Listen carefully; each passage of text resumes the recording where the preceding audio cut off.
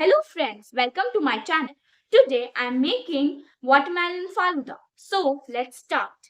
Ingredients: 1 cup of milk, 1 bowl of chopped watermelon, 1 teaspoon chia seeds, 1 teaspoon rose syrup, 1 scoop of vanilla ice cream.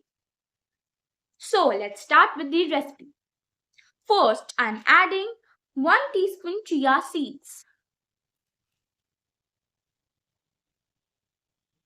1 teaspoon rose syrup,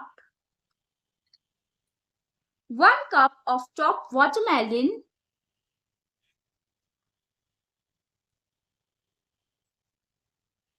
1 cup of milk,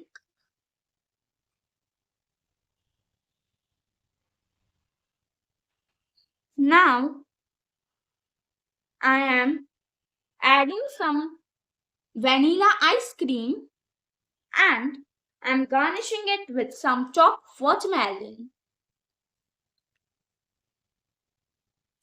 And I'm also putting some more rose syrup.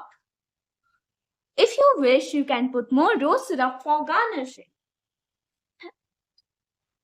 Now it's ready to drink.